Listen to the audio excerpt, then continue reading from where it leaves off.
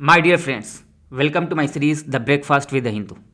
But before this, I would like to share my feeling from yesterday UPSC EPFO and APFC exam. कल exam देने गया था UPSC का, APFC and EPFO का.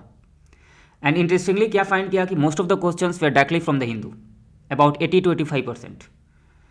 Proof के लिए अभी दो क्वेश्चन दिखाते हैं. Later on I will show the other questions related to current affairs asked in EPFO exam. अभी के लिए दो क्वेश्चन ईपीएफओ से रिलेटेड कि उसका क्लेम जो सेटलमेंट है 1 लाख से 3 लाख बढ़ाया गया था, और सेकेंड की कोविड-19 के समय पहली बार ये किया गया था. And the both the lines were taken directly from the articles of the Hindu.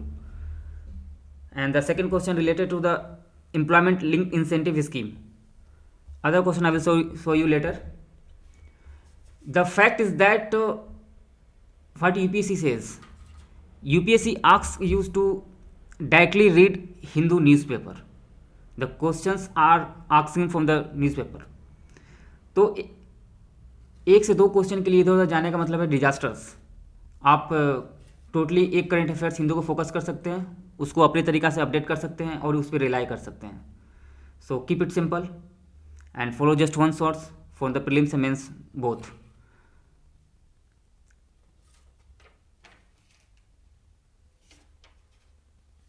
Now from today, current affairs, 1st December 2025. Need to transform public perception of police. PM Modi speech. This is important from perspective of internal security and ethics, GS3 and GS4. Now, PM Modi wants police to be professional, sensitive and responsive. This is the conclusion of this article. And there is urgent need to transform the police. Second is whole of government approach. This is whole of government approach. What is whole of government approach? That is the collaboration of all the ministries or institutions to work together for a single purpose. And third, from prelims perspective, what is NAT grade? Now for police reform, this can be asked in mains. Just 2 to 3 points I will mention that the second ARC says police view of police is negative. People view of police is negative. They view people as a whole, as general, they view police as insensitive, high handed में मतलब ये सारा police अपना काम force के through करता है, negotiation से नहीं या फिर कम्युनिकेशन के थ्रू नहीं, कुछ भी हो सीधे डंडा या फिर टॉर्चर करना. Inefficient, corrupt and politically biased. These are 4 ARC का रिकमेंडेशन में कि पीपल कैसे व्यू करता है पुलिस को. ARC के द्वारा प्रॉब्लम क्या है उसे बताया गया है कि पुलिस में पॉलिटिकल इंटरफेरेंस हो रहा है, lack of modern technology, poor infrastructure, lack of motivation among the especially among the constables, क्योंकि उनको बहुत लंबा टाइम काम करना पड़ता है, कभी रोड पे धूल में, पोल्यूशन में, तो उनका लैक ऑफ मोटिवेशन लेवल बहुत लो होता है.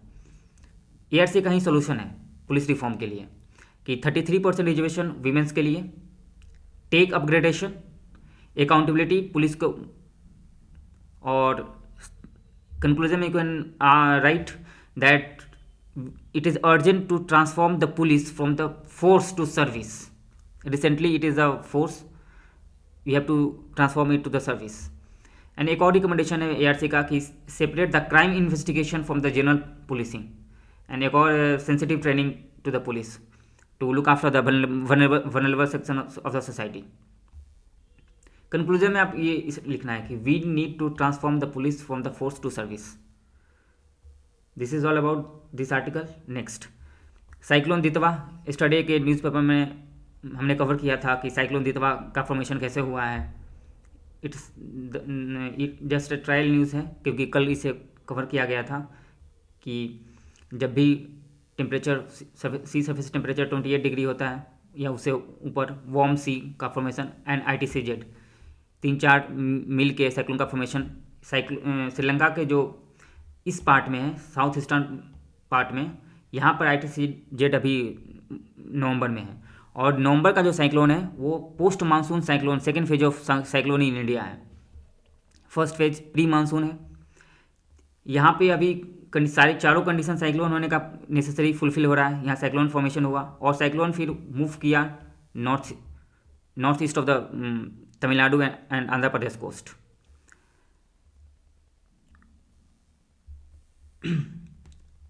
Why move north? This is a question. And why in November?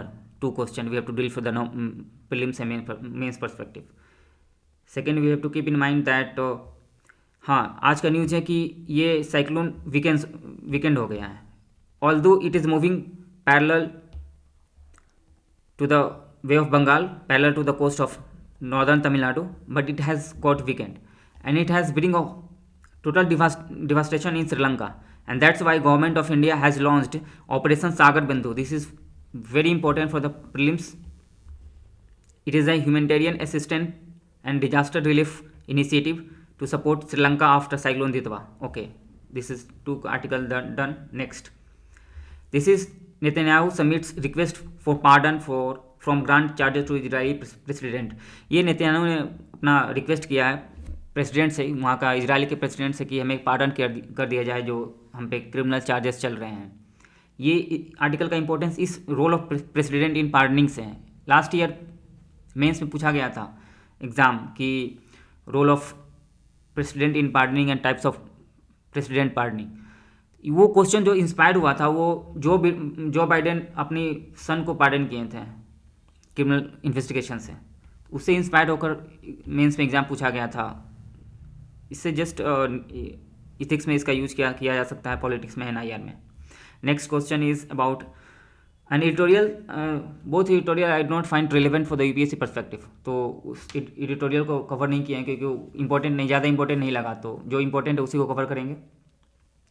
Third, it is from the editorial, India needs research pipeline. It says that, इसका मेन कंक्लूजन क्या है कि इसका कहना है कि इंडस्ट्रिया एंड यूनिवर्सिटी का लिंकेजेस हो जाए। किसका? इंडस्ट्रिया एंड यूनिवर्सिटी का लिंकेजेस हो जाए, दोनों एक दूसरे से बेनिफिट होंगे इस लिंकेजेस से, और ये जरूरी है लिंकेजेस करना।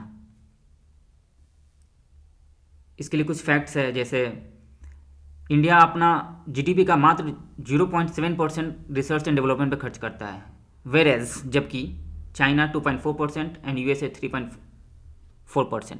सो अगर इंडिया को विकसित भारत बदलना है 2040 तक, तो ये रिसर्च का जो फंडिंग है ये एटलीस्ट 2.5 होनी चाहिए। सेकेंड, रिसर्च का अगर इंडस्ट्री के साथ लिंक किया जाएगा तो एक ऑर्गेनाइज्ड वे में रिसर्च का यूज़ हो पाएगा। अदरवाइज रिसर्च की आइसोलेटेड रिसर्च प्रोजेक्ट होते रहता है। इस दोनों लिंकेजेस से बेनिफिट कैसे होगा? यूनिवर्सिटी को फंडिंग मिलता रहेगा कंटिन्यूसली, और उसका जो प्रैक्टिकल आइडियाज़ हैं जो वो रिसर्च किया है कि वो एप्लीकेशन ऑफ नॉलेज में बदल जाएगा, और इंडस्ट्री को मिलेगा need based solutions, minds, ideas. तो we need to foster a strong linkages industry, academia and collaboration for success of, conclusion में लिखना है, the success of Make in India innovation ecosystem के लिए, and this is part of economically कैसे advance इसका benefit मिलेगा। Second, will also lead to higher education reform. Last year या something previous year में PYQ में देखे थे कि हायर एजुकेशन रिफॉर्म से रिलेटेड एक मेंस में क्वेश्चन था। तो ये दोनों ऑब्जेक्टिव को सक्सेसफुल कर रहा है। Next article is about this, judgment must not tossed out after their authors are retired. This is a very important from judicial reform, GS through में इसका यूज किया सकता है, और एथिक्स में। जस्टिस BV नागरन था, the only women judge of the Supreme Court, has issued us some concerns regarding the working of the judiciary recent time। और वो कंसर्न क्या है कि रिसेंटली क्या है कि कोई जजमेंट सुप्रीम कोर्ट पास करता है, और just after 1 to 2 months or when the judge retired, the same judgment get reversed, और उसको चेंज कर दिया जाता है नेक्स्ट बेंच के द्वारा। तो ये कंसर्न है। ये क्या शो करता है कि जुडिशरी में स्टेबिलिटी नहीं है, वो जो जजमेंट का अपना कोई ऑर्डर नहीं है। एक प्रोसीजर नहीं है, किस बेसिस पे जजमेंट दिया गया। तो उनका कंसर्न है ये कि जुडिशली कंटिन्यूटी होनी चाहिए रूल ऑफ लॉ के लिए। जुडिशल इंडिपेंडेंस को भी ये इस तरह से दिखाया था कि पहला जो जजमेंट दिया गया था वो, या फिर सेकंड जजमेंट उसको रिवर्स कर दिया गया, क्यों किया कर दिया गया, इसमें कोई इंटरफेरेंस तो नहीं, पॉलिटिकल इंटरफेरेंस तो नहीं है, तो इसका भी शक होता है। Stability of the precedence, rule of law का पहला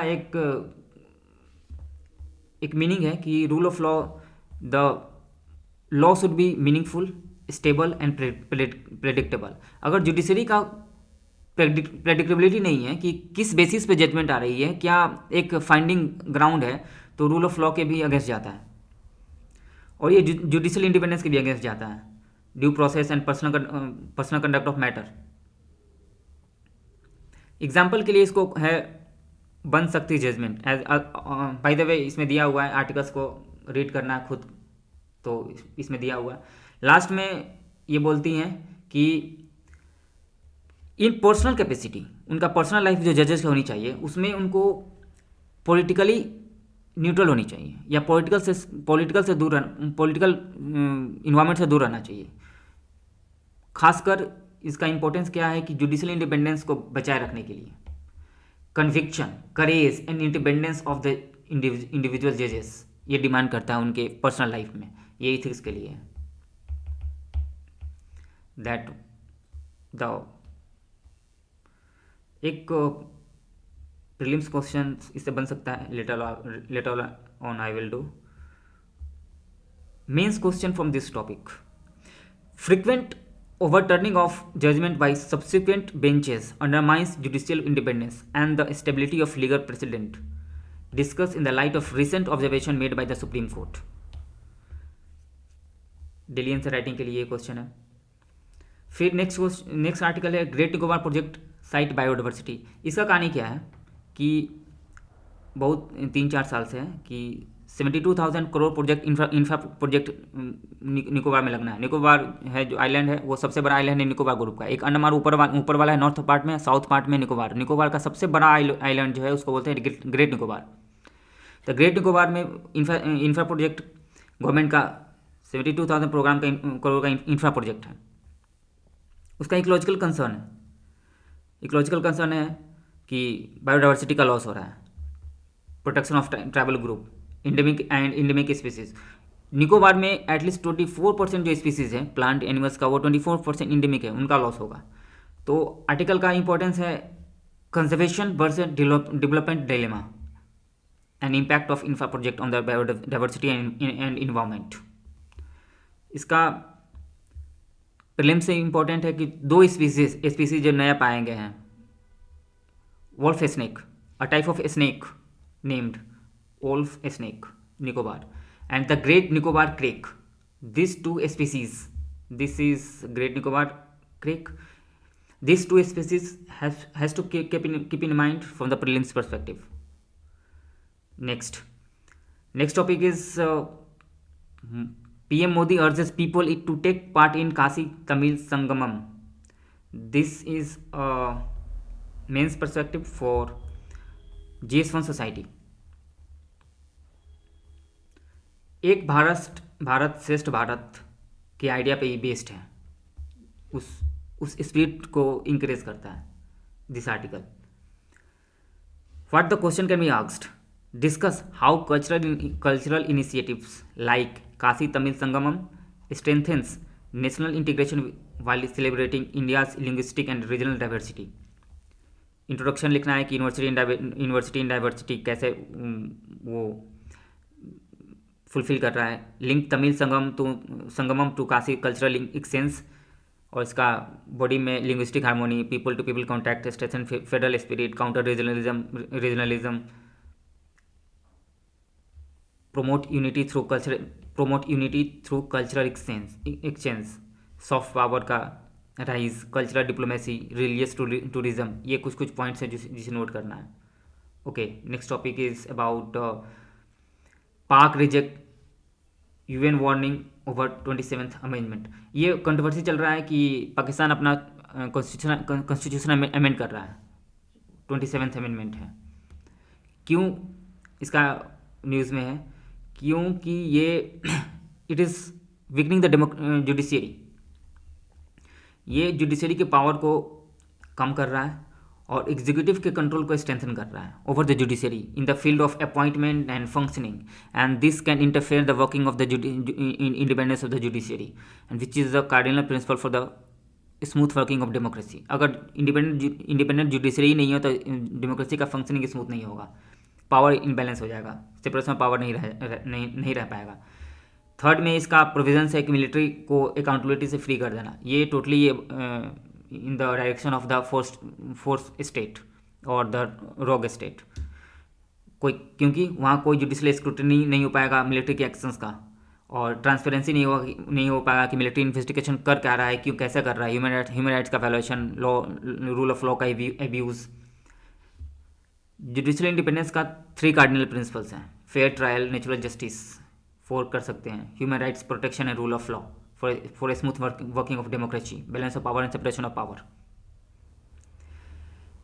इस आर्टिकल में वोल्कर टर्क है जो रिसेंट का UN high commission for human rights का कमिश्नर है।